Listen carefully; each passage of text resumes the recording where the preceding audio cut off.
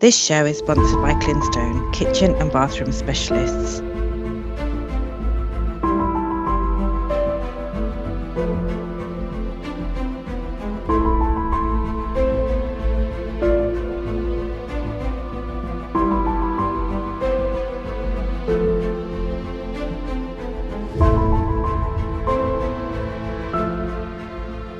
Hi, welcome to Hi Chai. I'm Zamiha Desai, and today I'm delighted to introduce you to Bhavini Makwana. She has been really helping people in the space where they have become visually impaired with her company Visualize. It's a non-profit and it's there to support not only people with visual impairment but with their families as well, which is a really nice thing to do, Bhavini, because it really encapsulates everybody who's affected, because it is, I mean, you have kids, you have a husband, and you were diagnosed like kind of around what, 20s, in your 20s? Yeah, when I was 17. Okay, so tell us, what was life like when you were young and growing up, and what happened? Yeah, so I'm originally from Leicester, and I think prior to my diagnosis at the age of 17, about a year or two before, I was kind of noticing that I was bumping into things, bumping into people a lot more than I usually would. I was knocking down glasses, sometimes I'd miss steps, or I'd be just walking down the street and I'll bump into a lamppost. Didn't really know how to explain it. I didn't really think much of it coming up to, I was in college and coming up to exams, and I just thought it was stress. You know, I thought it was just lack of sleep. But then, you know, one night I was coming out of a wedding reception. I was with all my aunties and uncles, and it was pitch black, it was midnight. We were in a car park, there was no lighting, but everybody else around me was walking towards their cars. I just couldn't see anything. It was like everything was pitch black, and I just suddenly got really frightened, like, oh my God, you know, where is everyone? I called out to our mom. She came, I held on to her arm, we went to the car. And I was absolutely terrified. I had no idea what was going on. I was crying, but I didn't really know myself what was happening. So when my aunties saw that I was crying, they asked what would happen. And all I just said, I'm just a bit sad. I really wanted to stay at the party. And that's all I could think of what to say. The next day I went to my optician. They referred me to an eye specialist after about 8-9 months of testing. It was confirmed that I had this condition called Retinitis Pigmentosa, and at the age of 17, when I was just about to go to uni, all I was told was that, yeah, there's nothing they can do, there's no cure. At that time there was no treatment, no cure, no medicine. Basically, it's a condition that you're gonna lose your sight eventually, but each person is individual in how long that it takes. So it could be a matter of years, it could be weeks, or it could be days. And I guess that was the biggest shock, the most devastating news I've kind of had. My mom came with me to all my appointments, and it was just, we didn't know how to take it from there. Because we weren't actually signposted to anywhere, we didn't really know how to, you know, what do we do now? Like, you know, I think I just stayed home for such a long time. I didn't go to uni in the end because I was frightened of the uni I wanted to go. It wasn't in my hometown, so I was scared of waking up one morning and I'd be away from home. I didn't really tell my friends or family. I think I was just in denial. I was in shock. I thought maybe one day I'd get a phone call to say they got my results mixed up with somebody else's. There's no explanation. They said to me it's meant to be inherited, but my sisters were fine, my cousins were fine. There was nobody else in our family that had it. And I think that's why it took me even more harder to comprehend that this was my life. My mom was my biggest strength and courage. Like, she kept telling me that, you know, let's go out, should come out with me. I didn't tell my friends, so as normal 18-year-olds were going clubbing, going drinking, you know, going off to uni, I just denied every single invitation, and after a while I guess they got fed up asking me, and me just saying no all the time. So I missed out on all of that kind of stuff. I kind of lost friends because I just kept saying no to everything, and I just sort of shut myself at home. So at 17, and before that, had you worn glasses, or Did you even like? Yes, I wore glasses, and I think that's when I first sort of went to the optician, they thought it could be corrected by just a normal pair of prescription glasses. Yeah. But that didn't help. So things like dim lighting, when in winter it gets quite dark quite early. But they didn't really make a difference. I couldn't see in the dark or in really bright light. There'll be people. I'd always have sunglasses on because the impact of the bright light used to just hurt my eyes. Wow. So I'd always have sunglasses. So whatever the prescription glasses that they'd given me about a year prior didn't really help. At 17, you're kind of at that stage where like you're discovering boys, you're going out to parties, you're just starting kind of your adult life. Yeah. What was going through your mind when because you said that you couldn't see anything that day, but you could actually see a little bit. Like at what stage was it at when you were actually diagnosed, and how did that, like, you wouldn't even know the timeline of it degenerating, would you? So I mean, everything must have been so just confusing for you, and like, did you feel angry, or how did it make you feel, like, mentally? Yeah, definitely. Anger was definitely an emotion, and confusion as well. Because I think, why me? A lot of, I went through such a long period of why me? Like, like where has this kind of come from? I saw everyone around me just getting on with their life. So when I was diagnosed, what I struggled with was dim lighting, peripheral vision. So if I'm looking straight ahead, I wouldn't see around. I'll just see through a tunnel as if I'm looking straight ahead. So often if I'd go to places and people just come on the side of me, I'd kind of get shocked thinking, oh, where did you come from? But they'll say, oh, but you were looking at me. But I wouldn't really know that I'm looking at them. Mm-hmm. Again, like, on a table, if there was a glass and a jug of water, I might miss that because it's camouflaged. So there were signs like that. But a few years down the line, I think I started getting a bit more used to it in my own home, not going out or anything, but just in my own home. And I thought, okay, if it stays like this, then I guess I could carry on. And one day I was at an event where, as you said, I met a boy, came up to me, and we started chatting and stuff. And just within 3 weeks, I felt comfortable in telling him about my eye condition. Like, I don't know what it was, but I just felt, I hid it from my friends, I hid it from my extended family because I was scared of what they were going to say, how they were going to judge me, thinking that if it's contagious, like, I was just so worried about anything and everything. But I did tell this guy that, I've got an eye condition. So before, it goes any further, or, we start dating a bit more, this is what the situation is. And the next day, when we spoke, he told me facts about the condition that I didn't even know about. So he went away and did all this research about my condition that I hadn't even bothered to do myself because I just wanted to forget, or I couldn't cope with. So what kind of things did he tell you? Just about so the type of condition I have comes in 3, and the type I have, it's a kind of slow progressing one. So what the doctor had initially told me, he could have explained that a little bit more better. I think the diagnosis that I had was a complete and utter shock because the way it was delivered. So the type of diagnosis I have, managing it and maintaining it, how to sort of adapt and sort of learn how to do things differently. And that's what I kind of learnt from the conversations that he was doing research from. And then about a year and just over a year, we got married and I moved to London.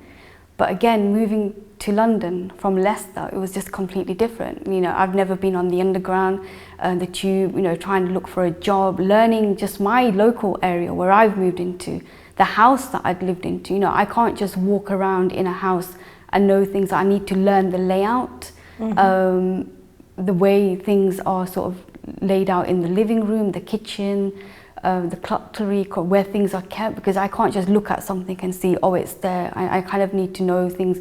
So that was a big adjustment. And then sort of learning how to do public transport. And when I eventually had a child, again, I thought it was stress. I thought it was just the sleepless nights of becoming a new mum. But I noticed that my sight had deteriorated. I couldn't see as much as I could, detail. I wouldn't be able to see if there was mess on the floor. I wouldn't be able to, that my field of vision was closing. And the detail that your eyes pick up on colour, so colour blindness, that started becoming affected. Or just seeing when, when your baby drools and things like that, I wouldn't be able to see that unless I felt it. So when I went to my next eye hospital appointment, it was confirmed that I'd lost more sight. So I deliberately bought a massive bulky pushchair which had a handlebar at the front. So when I did take her out to healthcare appointments, or if I did just take her out for a walk, if I did bump into anything, it'd be the pushchair that got hurt and not my daughter. But things like taking her out to the park myself, I couldn't do things like that because I would be scared of losing her, or if she ran. With her, it was quite, because my sight had deteriorated, but to the level that the squeaky shoes that cute little kids wear, so I could hear her, but I still wouldn't be able to let go of her hand or let go of the harness and let her just be free. So it was quite limited. Like I'd love to take her to mother and toddler groups or swimming classes, but things like that was quite limited. So she was quite restricted because of me, of what I was able to do with her.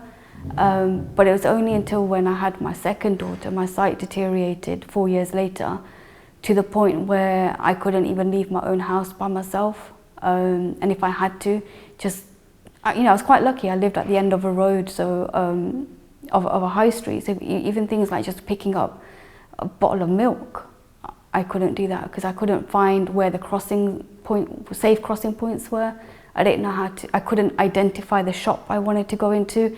And if I had managed it, because at that time I remember the shop that I needed to go into had automatic doors. So I'd pick up things like that would help me identify what I needed. But once I'm in the shop, then what?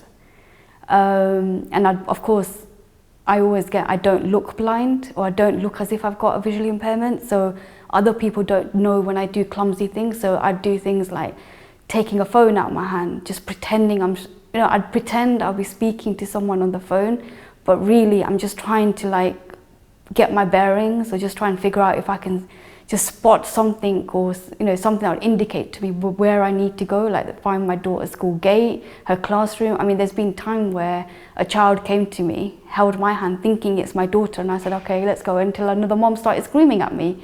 But they were, they're things now I can share and speak about, but at the time, little things like that just makes you think that you're a failure as a mom. And that, for a long time, that's how I felt, because when the other kids, used to go to each other's houses, I couldn't do that because I'd be in an unfamiliar surrounding. And obviously I can't just send she was 3 and 4, so I couldn't really send her on her own. But I couldn't really have too many people at my house, because when there's too many people, it affects where I can walk. If there's, little children around, or if there's toys around, that could potentially be hazardous for me. So there's a lot of things they kind of missed out on because I couldn't take them. So when you got married, did any of your husband's friends or family think that he was taking on a lot when they learnt about your condition? What was the reaction from the extended family?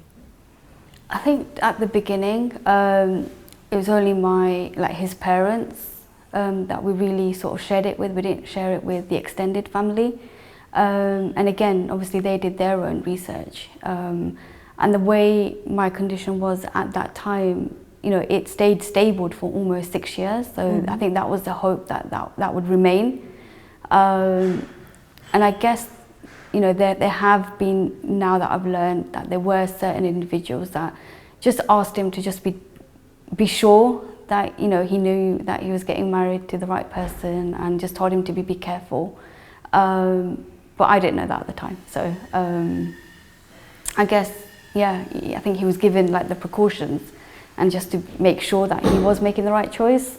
And at 17, when you were diagnosed, did you ever think that you would have like a kind of normal married life? But like, what did you think your life would end up being like? To be honest, I just thought I'd be home with my parents for the rest of my life. I never even thought about boys, or let alone marriage. I'd always dreamt when I was little to have this big lavish wedding, like, you know, most girls do, have 3 or 4 children, but you know, that all that just went out. I never thought about it again, actually. I never thought I'd have a job, I'd work again. I just thought I'd be home with my parents for the rest of my life. And so you've started to like almost dedicate your life to educating and supporting people. When did you find that you had like almost strength within yourself to go and help other people? Because that's a really big thing to do. I think after the birth of my second daughter, we moved out from my in-laws' house into a new borough, and it was there the sensory team. So you have a rehabilitation worker in the adult sensory team that support people who are blind and partially sighted, and they got in touch with me just to introduce themselves and to see if there's anything I need at home to help me, and they slowly started telling me about the support. So when I used to drop my kids off to school, I couldn't find my own house. You know, they'll be with me in the morning, but after dropping them, when I come home, I couldn't find my own house, and I used to cry as soon as I've got inside the house because it was just a sigh of relief that I've made it. So things like putting a yellow strip outside my house, because it wasn't my in-laws' house where a lot of people visited. It was my, you know, it was our own home. I didn't really care. So the yellow strip actually helped me identify that's my house. Just putting little bump-ons on your microwave. So knowing where the buttons are that I need to use on my washing machine, and just sort of simple gadgets like that. But it was when I went to one of my hospital appointments, my husband saw a poster being put up, and on that poster it was the name of the charity, and it had the eye condition that I had. So intrigued, we went along to that event, and for the first time, 12, 13 years later, I came across a charity that actually support people like myself with the condition I had. I found out they had support groups, a helpline, they had information days. So I started going to more of them, where I met other people like me, actually my age. I don't mean to sound any way, shape or form negative, but when I went to my hospital appointments, everyone was always elderly, like over 80s or 70s. And I just felt I was the only person in my age, you know, at that time in my 30s, that had this issue, had this eye condition. So when I met other people for the first time, then speaking to them, how they sort of adapted, what they used to get out and about safely, how they live their life at home, how they do cooking, how they differentiate between their clothing, knowing what's what, just simple tasks that people just take for granted. I met people who were actually working. I hadn't worked at that time, you know, I gave up working in 2004 when I was pregnant with my older child. I hadn't worked since then. So I think that meeting other people was a big game changer for me. That's awesome. That's really good, and it's good that you're really proactively helping people. So we're just going to take a short break, and then when we come back, we're going to be talking about how we as a community and as a society can help people with disabilities. This show is sponsored by Clinstone, kitchen and bathroom specialists.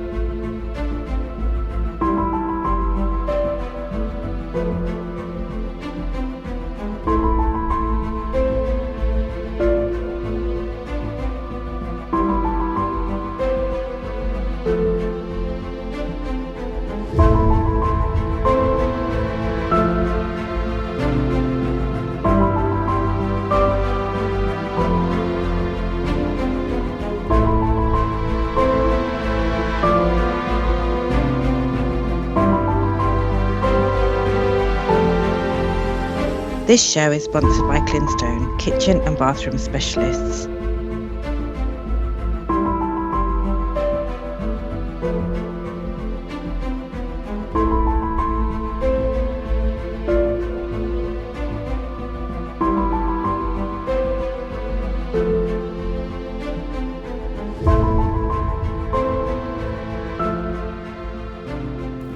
back to Hi Chai. So we're here with Bhavini Makwana, and we're just going to be talking about how we as a community can support, help, talk about, lose the stigma on disabilities. So you've been through a few not nice situations. Would you like to tell us about, well, I want to start with the taxi driver one.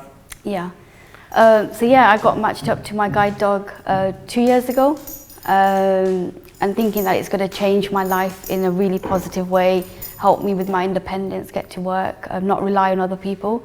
It has done so, but again, there's been negative experiences where I've called up for a minicab, and upon arrival, they've said to me they're not taking that thing with them. My guide dog's been called Satan at times. Wow. And it looks like he answers to Satan.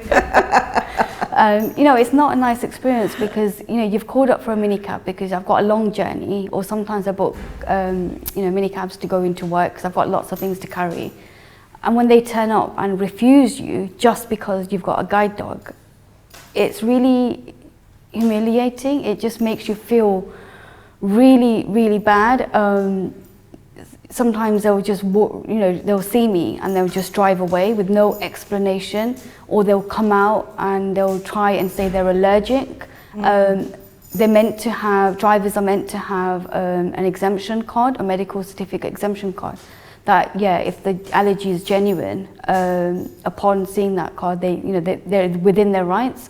But none of them have ever had an exemption card, and it's not just been the once, it's been several times. And when it constantly keeps happening, but it's not even been taxis or minicabs, it's been restaurants, Indian restaurants. I'm not going to name any names, but a well-known restaurant on Ealing Road.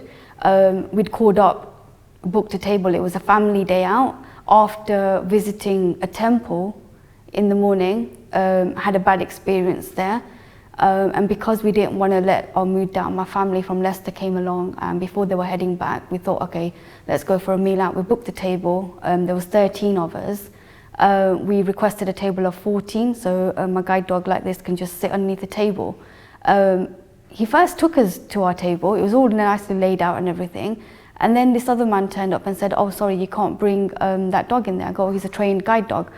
We have yellow, it's like a certificate to say that we're legally a partnership, and he's a working dog and not just a normal dog. I explained all of that, but they were having none of it. The other customers, he blamed it on the other customers that they're getting disheartened or they're getting terrified. I actually turned around and actually just sort of shouted, is my guide dog bothering any of you? No one said anything. Don't know if it was the case or not, or because I didn't see any nods, I don't know. But they just basically told us to get out of the restaurant. We did take it further and wanted to speak to the manager. Eventually we were allowed in, but not at the table that was laid out to us. He put us right in the corner into booths. So my family were kind of split up into 3-4 people. So it wasn't really a family days out, but things like that happen. But I've been into other restaurants where you ring up, tell them I've got a guide dog, and you know what? We've been welcomed so nicely. People have asked if my guide dog needs a bowl of water. They put us into seatings where it's comfortable and he's got space to lie down, and that's the kind of way it should be. So I guess education is guide dogs are trained guide dogs. They won't even eat the food that's been, because they're trained and they're on special diets. So they won't even eat the food that's laid out that you're going to serve. They'll just sort of, explore if it's a new environment. And once they're bored, they'll just sit and lie down. But it's not even people that are strangers, like family events. I wasn't allowed to come into a family occasion that I had, just because I was told that you can't bring your dog, and I only had my guide dog I think 6-7 weeks. I wasn't prepared to leave him at home by himself, so I've missed out on things because people's ignorance. So I guess education and raising awareness of what a guide dog is and how he helps me is really key in our community, because I don't think people are that much aware about working guide dogs. So this is going to be a good opportunity for me to share that he is my eyes. Like, he does help me get, you know, I struggle to go to the shops to go and get a pint of milk. I can do that now. I don't need to wait for my husband or my child. I can just, the freedom to just walk out my door when I want to, that's what he enables me to do. And for so many years, like 15, 16 years, I wouldn't leave my house unless someone was with me. Well, he's a superstar. So Yeah. how does he know which shop to go to? If you say, I want milk, he knows where to take you? Like, how is he trained to? When I got matched to him, so certain routes that I knew I'd do independently straight away. So my hairdressers, the station, my office, you know, the school, they were trained. So I kind of need to know in my mind where I'm going. So I need to know directions, so right, left, straight on. And then he will take me to the safe crossing point. So, you know, there's tactile paving. You know, when you cross the road and you have those red bump-ons? Yes. They're actually to help blind and partially sighted people to know that that's a safe crossing point. So they're trained to walk in a straight line. So he will take me there. I will then know that I'm at a crossing point. Until it's safe, then we will walk across the road. If there's a car coming, those electric buses or electric vehicles that I can't hear or I can't see. But obviously he will then not go. If I tell him go forward, he won't go if he sees a vehicle coming. So the dentist, I had to take them to my children early this week, and because I've been there a couple of times, so it does take that I do need to show him where it is once, then he'll memorize it. They're so clever. So does he memorize like the word? The door, yeah. So if I know I'm approaching the place I want to go to, and I'll say find the door, he will then find it. Okay. So there's a little bit of trace. If it's a new place, like if I was coming here for the first time, the front entrance of the door I'd probably do with my husband, train him to find the entrance to the door, and then if I came next time on my own, he should be able to bring me, locate where I need to go. So he's so important for you and for your day-to-day life. Yeah. And just to be excluded because you can't see, and you have, in this case, an animal seeing for you. Yeah. That's so sad, and it's so unnecessary, and it's illegal, right? Definitely. Yeah, definitely. And so, like, do you take any action? Like, what happens? Or Yeah, so I think the first few times I didn't, because I just didn't know how. But then, I became aware that, complaining to, first of all, the company, and ensuring that they've received the necessary equality training. If it's the company's at fault and they're not really bothered, certain companies I've had experience with time and time again, not just myself, other people as well. So earlier this year, I think June or July, I was on Rip Off Britain, myself and another friend of mine who've experienced so many refusals, to raise awareness of it. And actually the company itself is working with Guide Dogs, the charity, to see where they can improve. It's been an ongoing issue, so I'm hoping something will come out of it. But I just encourage anyone that if you're facing discrimination, it's against the law, and until you don't take it forward, they'll just keep getting away with it, and it's not right. It's not right. What about discrimination, like within the community, like at weddings, or at, when people who you don't necessarily know, or the temple or anything like that?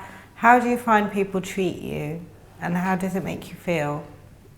The temple one actually really, really upset me, because we actually rang them in advance to say that we're coming, and they had a policy that if you are a guide dog owner, there's an area where your guide dog can stay and you'll be chaperoned.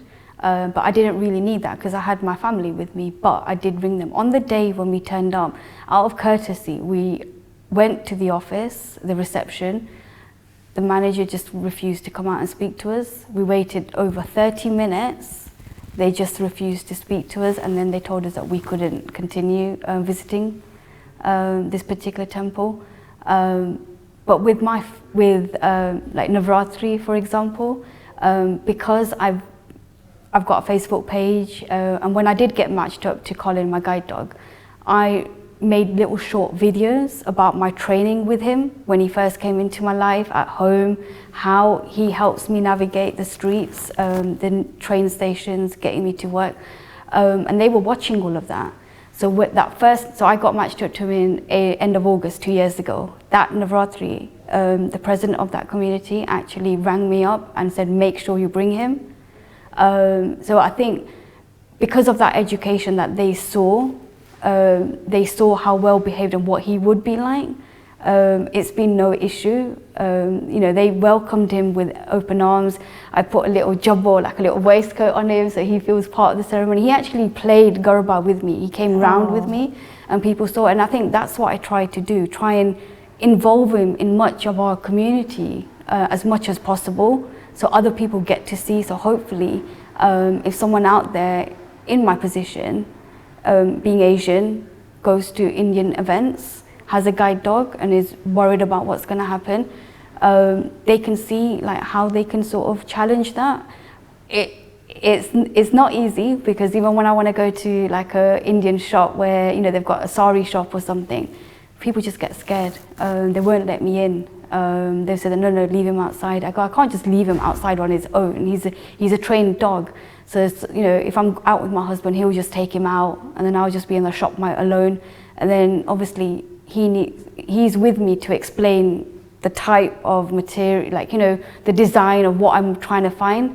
And obviously I then have to rely on them and explain to them and then get frustrated. So it's challenging and I'm still continuing to, you know, keep doing what I'm doing to help raise awareness of sight loss and try and educate others. You know, if you're not going to allow a guide dog in, firstly, it is illegal, but what alternative are you putting in there for me to actually come and shop like any other customer?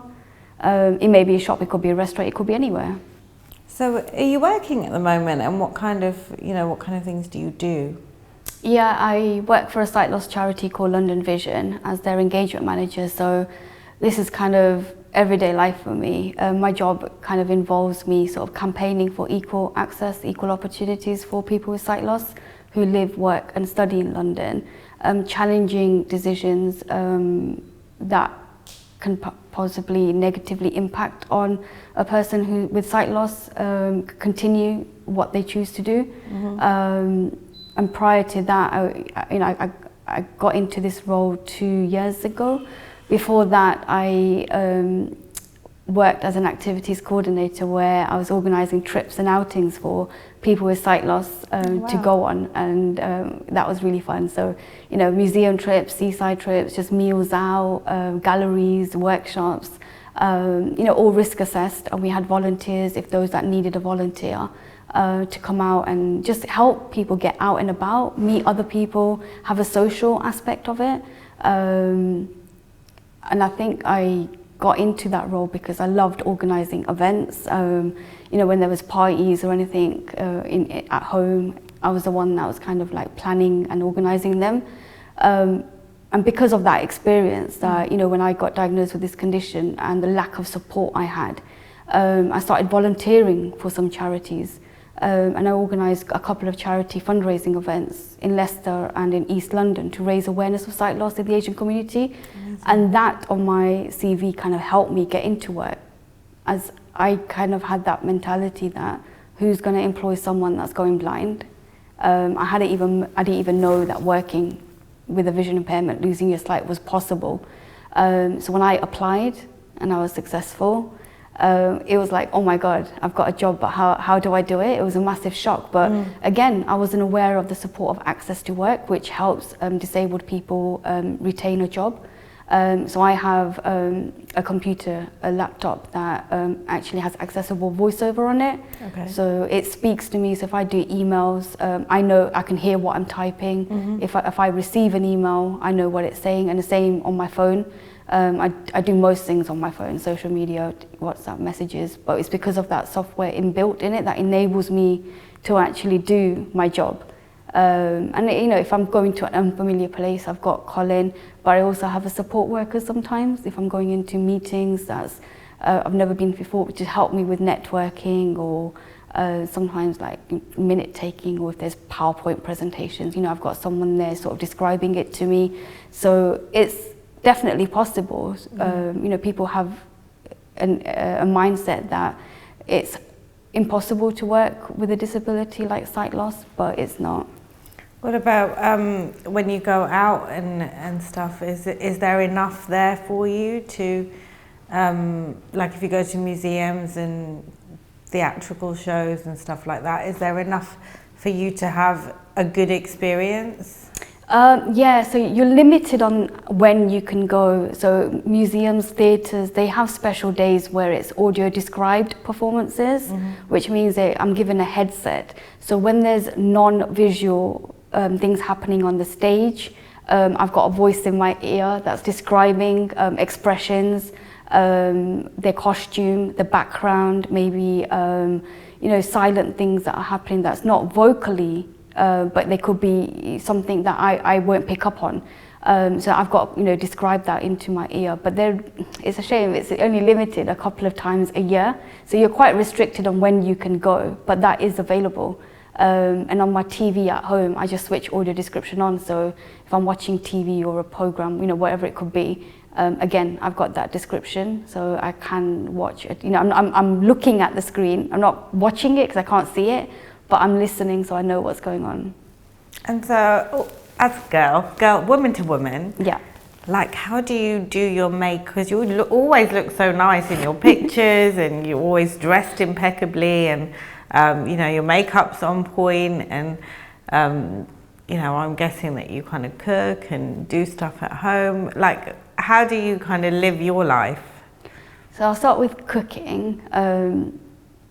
I've started learning to cook, I think when I was 10, 11. My parents had their own business, so it meant that, you know, by the time they come home, it was 8, 9, so I'd get things started. I grew up with my grandparents, so making Indian tea and just, you know, just helping out in the kitchen. I developed that from a young age, and I guess that helped me quite a bit. So now, in my own home, I know where things are. So like my masala box, I know where everything is in there because I've put it in there. So I know where things are. Even in my cupboard, I know where things are because I've put it in there. And my family know that if they want to start cooking it at home, they can't just start reshuffling things around, because you know, I can touch and I can feel certain things, but certain powders, certain masalas, I won't know if they've been shuffled around. So I do take my time. There are things, apps on your phone that, you know, if I'm home alone, like before I used to struggle because I couldn't tell the difference between a tomato tin or a baked beans tin, you know, any tins, for example. But now there's apps available on your phone, such as taking a photo of something, and instantly within 10 seconds, it will read out to me what it is. Wow. Or there's functions like, there's an app called Be My Eyes, which is basically, there's volunteers around the whole world, and it's like FaceTime. If I've dropped something on the floor and I can't find it, or if I've got a frozen packet and I'm not sure if it's peas or sweet corn or mixed veg or whatever it could be, I could just, you know, they'll help me direct me, point the camera in the right way, and they'll tell me exactly what it is. Before, I relied so much on my husband to plan our meals, position things in my fridge so exactly I knew where it was. But now there's so many things out there that can help me become independent. Yeah, I'll make mess.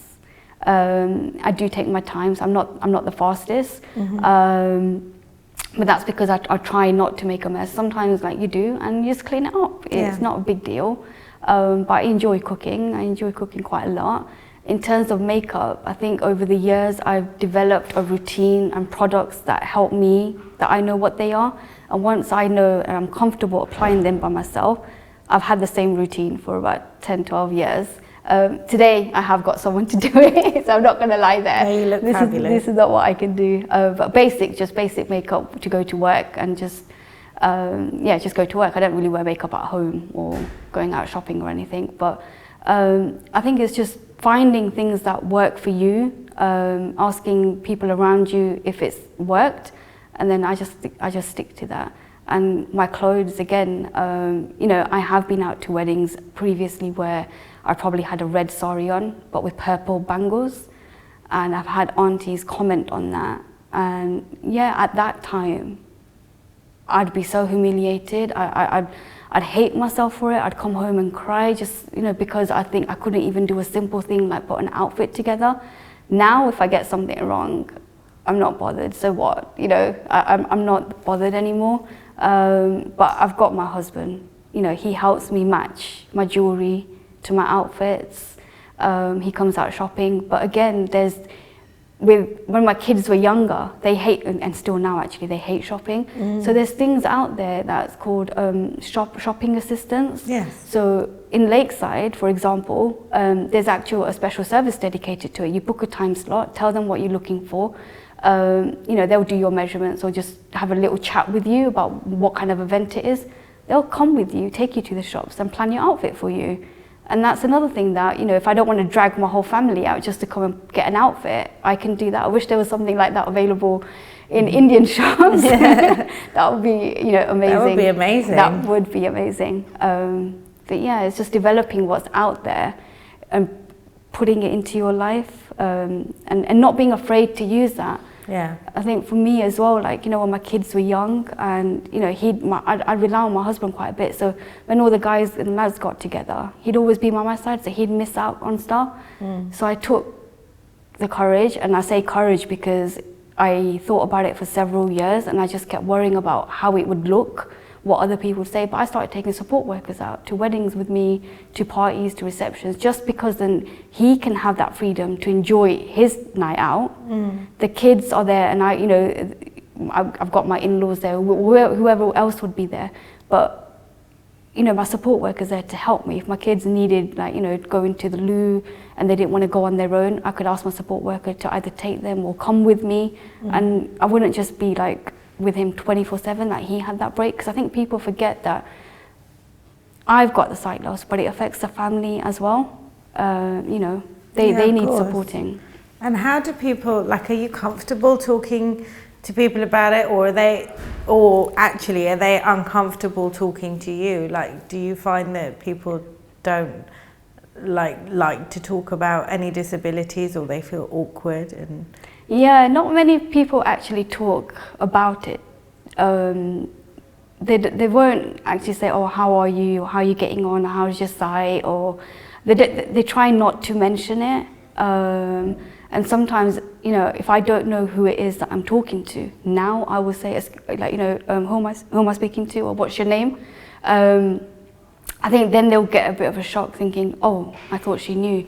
But I guess because I don't look blind, and if I don't see people regularly, they don't know how much sight I've lost in the last couple of years since I last saw them. That's true. So with respect to your support, because you're supporting families and people with sight loss and deterioration, and we have to wrap up now, unfortunately, but I think it's really important to just to talk about what you're doing and what's there within the community that you can help with, or that people can access to get help with.